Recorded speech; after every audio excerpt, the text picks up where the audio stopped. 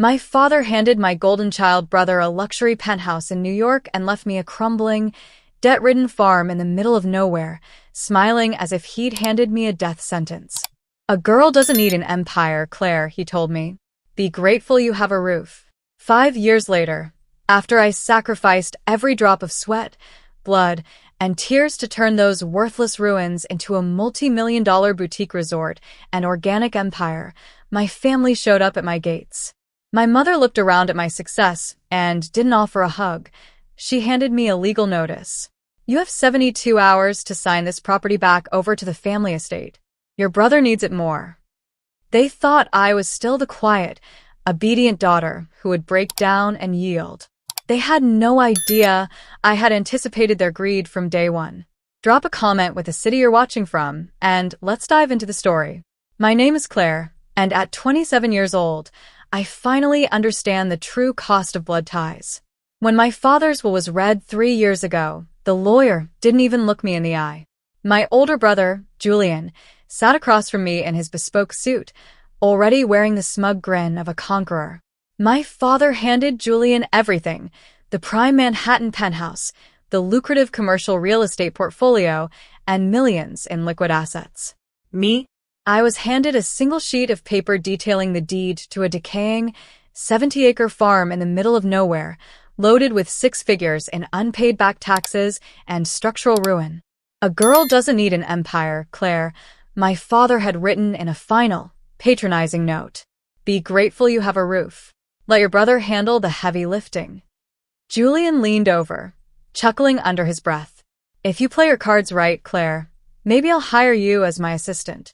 My mother just smiled, patting Julian's arm as if he'd earned every penny through sheer brilliance rather than basic favorability. I didn't cry. I didn't beg. I stood up, looked my family dead in the eyes, and took the deed from the table. Keep your penthouse, I said quietly, because I am going to build something on these ruins, and I promise you, I will never ask any of you for a single dime. They laughed as I walked out, completely convinced I'd be back on my knees within a month. The day I arrived at Oak Ridge Manor, the roof my father bragged about was half collapsed. Rain poured through the rotting ceiling, black mold lined the baseboards, and the local county had already posted a formal notice of foreclosure on the front door. I had less than $5,000 in my bank account and a mountain of back taxes waiting for me. My family expected me to fold. They thought the cold, the debt, and the sheer isolation would break me. But they forgot one crucial detail.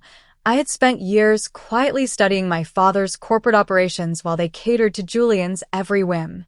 I didn't see dead wood and decaying dirt. I saw opportunity. Soil testing revealed the land sat atop an unpolluted, mineral-rich subterranean aquifer, ideal ground for high-grade organic lavender and botanical exports.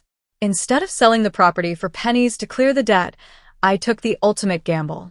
I leveraged the land to secure a microloan, lived in a single heated room, and worked 18-hour days in work boots and grease-stained overalls. When the local banks refused to extend my credit, I bypassed them entirely. I pitched a vision of an eco-luxury wellness retreat to independent investors who cared about sustainability, not my family's name. I cleared brush with my own hands, restored the timber frames, and built a brand rooted in pure, unyielding resilience. By year 3, the first crop yielded record-breaking profits. By year 5, the decaying ruin my father dumped on me was generating over $2 million a year in revenue, featured on the cover of global architecture magazines. I had built an empire out of dirt and spite, completely off their radar, until the day my mother saw my face on national television. While I was out in the dirt building something real, my brother Julian was busy burning through his fortune in Manhattan. Arrogant and unguided, he treated Dad's real estate empire like an endless bank account. He bought luxury sports cars, threw wild weekend parties, and poured millions into reckless crypto schemes and volatile tech startups. Within 4 years, his luck ran out. A massive market crash wiped out his liquid funds, and his total lack of management experience caused tenants to abandon his commercial buildings in droves. Facing aggressive lawsuits from creditors and unpaid bank loans, Julian was drowning in millions of dollars of debt. The golden boy was completely broke and my mother was panicking. Then came the turning point. Mother was sitting at a high-end salon when she picked up a prestigious luxury travel magazine. There on the cover was my restored estate, now valued at over $8 million, with my name listed as the sole owner and founder. She immediately called Julian. They didn't call to congratulate me. They didn't express pride or offer an apology for abandoning me years ago. Instead, they saw my hard work as their personal financial escape route. In their minds, anything that belonged to a Whitaker belonged to the family, and Julian needed a rescue. The very next morning, without warning, I saw a brand new pickup truck kicking up dust as it sped down my private driveway, coming straight for my gates. The heavy tires crunching over my gravel path sounded like a warning. I stepped out onto the porch of the main lodge, watching as the black pickup truck ground to a halt right in front of the manicured lavender gardens. Julian stepped out first, wearing designer sunglasses and a leather jacket, trying hard to project his old aura of effortless wealth. But I could see the panic in the tight line of his jaw. My mother followed, stepping out with a tight, artificial smile on her face. She didn't offer a hug. She didn't look me in the eye with any warmth. Her eyes swept over the stone architecture, the pristine infinity pool, and the bustling staff with a look of pure, unadulterated entitlement. "Claire, darling," Mother began, her voice dripping with synthetic affection. "You've done an adequate job here, but we need to discuss a serious family matter." Before I could speak, Julian strutted up the steps, leaning against the railing as if he already owned the place. "Look, Claire, let's skip the small talk. Dad's estate was always meant to be managed as a collective trust. You've had your little fun playing business owner, but the family needs this asset now." He pulled a folded document from his jacket and slapped it onto the wooden table beside me. It was a formal legal notice drafted by their lawyer. "You have 72 hours to sign this property back over to the family estate," my mother said calmly, as if she were asking me to pass the salt. "Julian will be taking over as managing director. He has the corporate background to scale this properly." Julian smirked, already looking past me to order one of my groundskeepers to carry his bags inside. They thought I was still that helpless girl from 3 years ago. I picked up the document, skimming the legal jargon.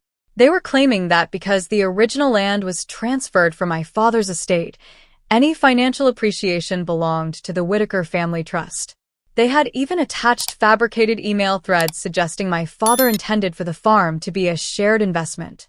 They expected me to cry, argue, or beg. Instead, I let out a low, cold laugh that made Julian's smirk flicker. "You really haven't changed at all, have you?" I said, setting the papers down. "You think because you share my last name, you can just stroll in and claim 5 years of my sweat."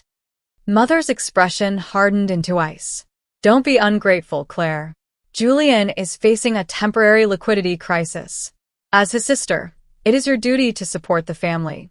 If you don't sign, our attorneys will tie this property up in litigation until you're bankrupt." What they didn't know, what they couldn't know, was that I had anticipated their greed from the very beginning. I had never bought the property under my personal name. 5 years ago, when I realized the land was burdened with 6 figures in back taxes, I created a private, anonymous holding LLC. Using my microloans, my LLC quietly purchased the primary tax debt directly from the county. I wasn't just the owner of the land, I was the primary lien holder. "Tell you what," I said softly, looking Julian dead in the eye. "Bring your lawyer here tomorrow at 9 in the morning. We'll sit down in my boardroom, and we'll settle this once and for all." Julian grinned, thinking he had intimidated me. Wise choice, little sister. They had no idea they were walking straight into a trap I'd laid years ago. At 9 sharp the next morning, Julian and my mother marched into my glass-walled boardroom, accompanied by a sleek corporate attorney named Mr. Vance. Julian looked smug, tossing his leather folder onto the table as if he'd already won. "Let's make this quick, Claire," Vance said, adjusting his glasses. "If you sign the transfer agreements today, my clients have agreed not to pursue back rent for the years you occupied the family land." Sitting beside me was my attorney, Sarah, a sharp corporate strategist who simply smiled and pushed a thick blue binder across the mahogany table. Before my client signs anything, Sarah said calmly, you should review the debt structure of the property. Vance scoffed, opening the binder dismissively. But as his eyes scanned the first page, his arrogant posture vanished. His face went completely pale. What is this? Vance whispered, his voice cracking. What's wrong? Julian demanded, leaning over. 3 years ago, I spoke up, my voice steady and cold. My private LLC purchased the primary tax liens on this estate. But I didn't stop there. When Julian's real estate firm collapsed in New York, his defaulted corporate bonds were auctioned off to private debt buyers. My LLC bought those too. Julian stared at me, his mouth opening and closing like a fish out of water. By serving me with a frivolous lawsuit yesterday, Sarah explained, you triggered a cross-default clause on the original estate debt. That instantly activated the $1.5 million in personal guarantees Julian signed to cover his New York losses, debts that Claire now personally owns. You can't do this, my mother gasped, standing up so fast her chair rattled. We're your family. Family? I laughed, looking her dead in the eye. Family doesn't abandon a daughter with a ruined house and 6 figures of debt. You brought a lawsuit to steal my life's work. I brought an execution order. I leaned across the table toward Julian. Sign a complete waiver releasing all claims to this property forever, or my firm files for immediate corporate asset seizure by noon. You'll lose what little you have left. Julian's face went dark as he stared at the foreclosure notice. The arrogance that he'd carried his entire life dissolved into pure, undeniable defeat. With shaking hands, he took the pen from his attorney and signed the waiver, forfeiting every claim to my estate forever. My mother didn't say another word. She grabbed her purse and walked out, refusing to look back. Julian followed closely behind, his shoulders slumped as they climbed into their truck and drove away, kicking up dust on the road they had arrived on so confidently. I stood on my porch for a long time after they left, watching the sun set over the endless fields of blooming lavender. The quiet breeze carried the scent of the earth I had personally worked, restored, and protected. My father thought he was punishing me when he handed me ruins. He thought he was giving his favorite son an empire and leaving me with nothing. But what he actually gave me was freedom. He gave me the chance to realize that real strength isn't something you inherit from someone else's legacy. It's something you build with your own hands when everyone around you expects you to fail. What would you do if your family tried to take away everything you worked so hard to build? Let me know in the comments below. Don't forget to like, subscribe, and share your own stories. Thank you for watching.